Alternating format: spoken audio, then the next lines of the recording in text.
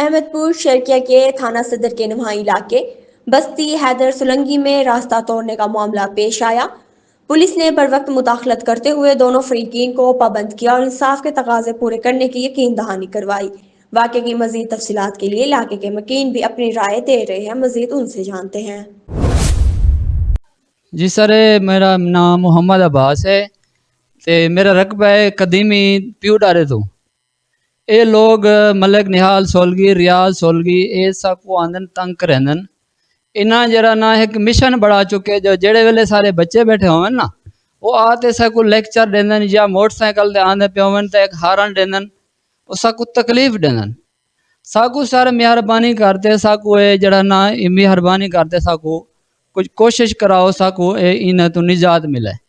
फसल तबाह करें। फसल तबाह करेंदन साकू जरा ना बार बार जरा ना आते उता साकू आखेंदन जो भी तुसा रास्ता दे दो रास्ता असा मेरी रिक्वेस्ट है सारे ड्यूपी साहब दे जरा ना कॉल जरा ना असा को कोई मेहरबानी करते कोई साकू अच्छा ही थई वने थारे नाल ते ए रास्ता सा नहीं दे सकते साडी एक मजबूरी बन चुकी है।